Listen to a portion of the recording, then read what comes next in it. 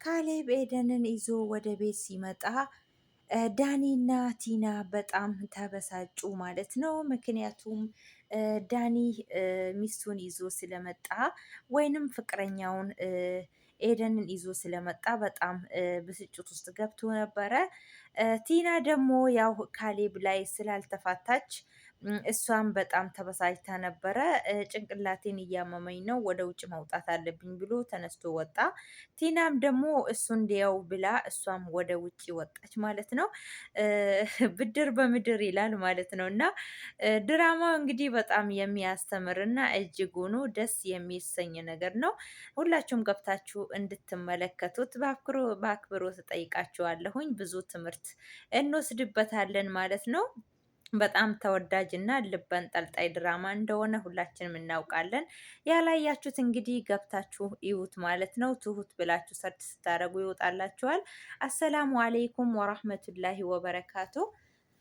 ውድና የተከበራችሁ የቻናሌ ቤተሰቦች እንዴት ናችሁ? ደህና ናችሁ ወይ? በያላችሁበት ሰላማችሁ ብዝዝት ትረፍረፍ ይበልልኝ። እንግዲህ ይዤላችሁ የመጣሁት በነ ካሌብ ወይንም በቲና ድራማ ነው። እሱም ምንድን ነው?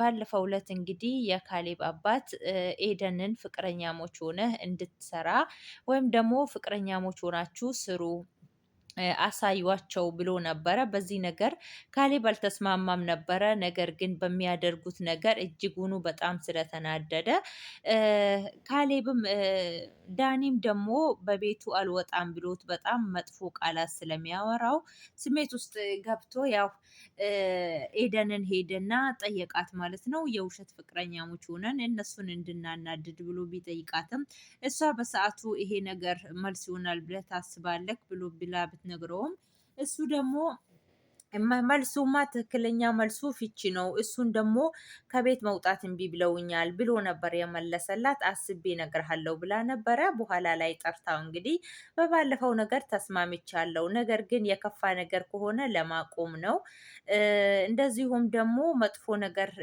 መጥፎ ውስጥ እንዳንገባም እፈራለሁ እያለችው ነበረ።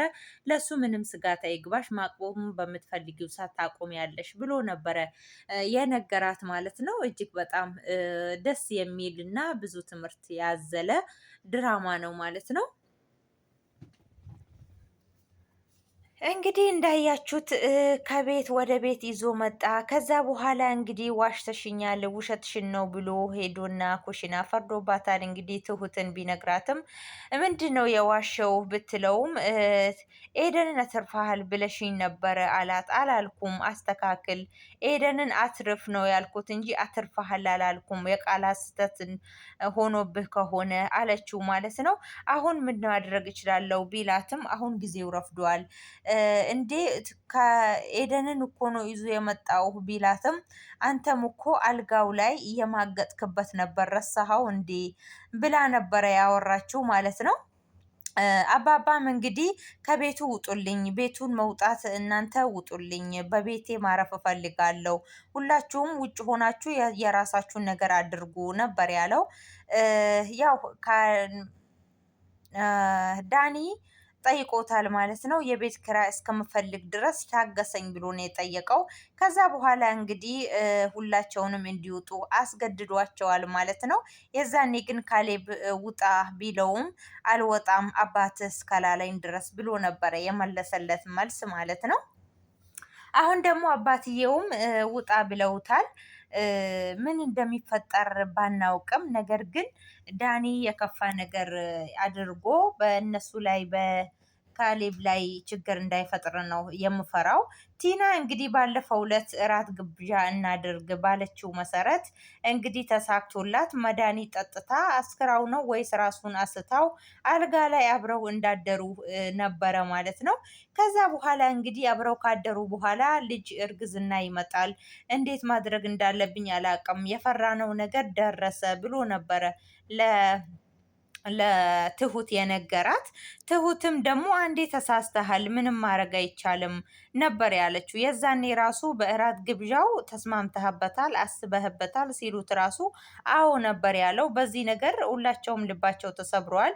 እንዲሁም ደግሞ አባባን ራሱ ሄዶ መርዝ አጠጥታኝ ወይም ደግሞ ራስን የሚያስት ነገር አጠጥታ አብረን ነው ያደርነው ብሎ ውጭ ላይ መጽሐፍ እያነበበ ነበርና እዛ ሄዶ ሲነግረው በጣም ነው የተናደደው። ከተናደደ በኋላ እንግዲህ እንዳያችሁት በጣም ተናዶ ነበረ። ከዛ በኋላ እኔ እኮ የምነግርህ ስትለው ምንድን ነው የምትነግረኝ? ሰምቻለሁኝ ከኤደን ጋር ድራማ እንደጀመራችሁ ነው። ማን ነገረ? ከኔ ውጭ እኮ ማንም ሰው አልሰማም ሲል ኤደን ነግራኛለች አለው። ይሄም ደግሞ ስራ ሆኖ ነው እንዴ ብሎ በጣም ነበረ የተናደደበት። የተናደደበት ምክንያት እንግዲህ ልጅቷ ከሷ ጋር አብሮ መተኛታቸው ነው። ምክንያቱም ልጅ ታርግዛለች ብለው ስለሚፈሩ በኋላ ላይ ደግሞ ጭቅጭቅ ነው ማለት ነው። ልጅ ብታረግዝ እቺ ሴትዮ ጭቅጭቅ ነው የሚፈጠረው ማለት ነው። የልጅ ድርሻ ምናምን እያለች ታዛባዋለች። እንደዛ ይመስለኛል ሲጀመር አሁን ራሱ ማለት ነው እሷ ያሰበችው እንደዛ ይመስለኛል ማለት ነው። እንግዲህ እንዳያችሁት ነው ቤት ላይ ይዟት ሲመጣ በጣም ነበር የተናደዱት ማለት ነው።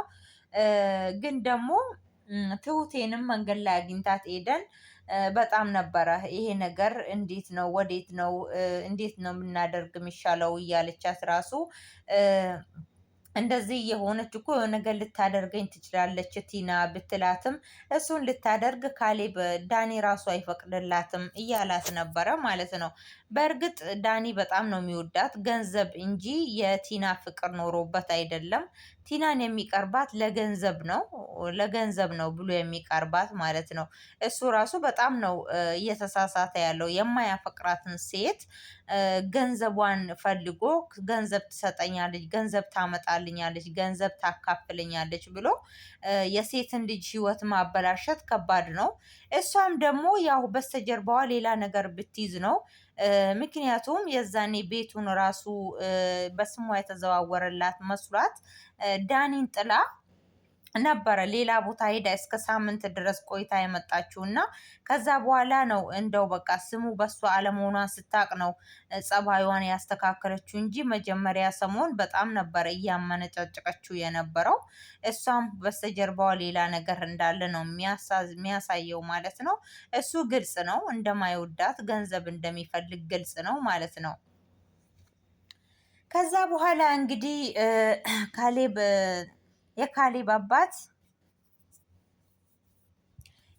አባት እንግዲህ ቲና ይቅርታ ስትጠይቀው አባዬ ይቅርታ ስትለው አይደለም አንቺ የወለደኝ ልጅ የራሱ አባዬ እንዲለኝ አልፈቅድለትም፣ አሁን ተያይዛችሁ ውጡ አለ ማለት ነው። በጣም ስሜተኛ ስለነበረ የኔ ውድ ትሁቴ ደግሞ በስተጀርባ በጓሮ በኩል ተክዞ ስለተቀመጠ ወይም ስለቆመ ከዛ ሄደችና ቡና ላፍላለህ አባዬ ስትለው አይ አልፈልግም አላት ማለት ነው። በቃ ካልፈለክ እሺ ሂጂ ልረፍ አለችው ማለት ነው። እና በጣም ያስጠላል እውነት ለመናገር። እሷም በስተጀርባው ያለ ነገር አይታወቅም።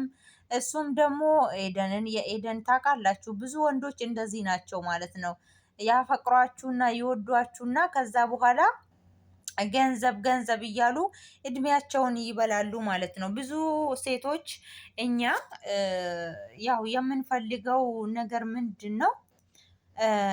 የምንፈልገው ነገር ከነሱ ጋር በቃ አብረን መኖር፣ ትንሽም ይሁን ትልቅ አብረን ተጋግዘን ሰርተን ልጅ እየወለድን በጊዜ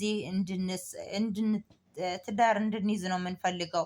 የብዙ ወንዶች ነገር ግን ልክ እንደ ዳኒ ነው ማለት ነው።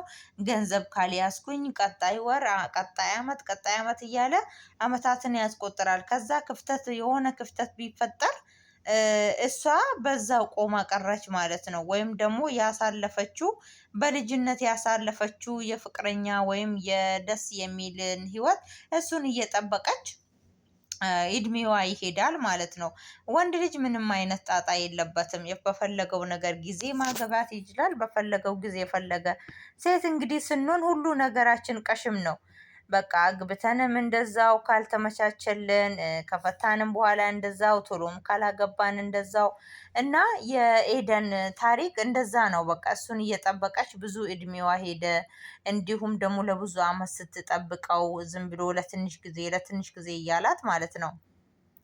እና ውድ ተመልካቾቼ በዚህ ድራማ ላይ ብዙ የተማርኩበት ነገር አለ። እንዲሁም ዋነኛው ነገር በቃ የሰው ነገር የሰው መሆን ነው። የራስ ነገር ከሆነ ምንም አይነት ነገር ቢሆን የራስ ነው ማለት ነው። በሰው ነገር ሸክም አትኑ። በቃ በሰው ትከሻ ላይ አትተማመኑ ለማለት ነው ወዳለሁኝ። ሁላችሁም ገብታችሁ እዩ ማለት ነው። ቻናሌንም ሰብስክራይብ፣ ላይክ፣ ሼር ሰብስክራይብ አድርጎ ለነበረኝ ቆይታ ከልብ አመሰግናለሁ። መልካም ጊዜ። ባይ ባይ።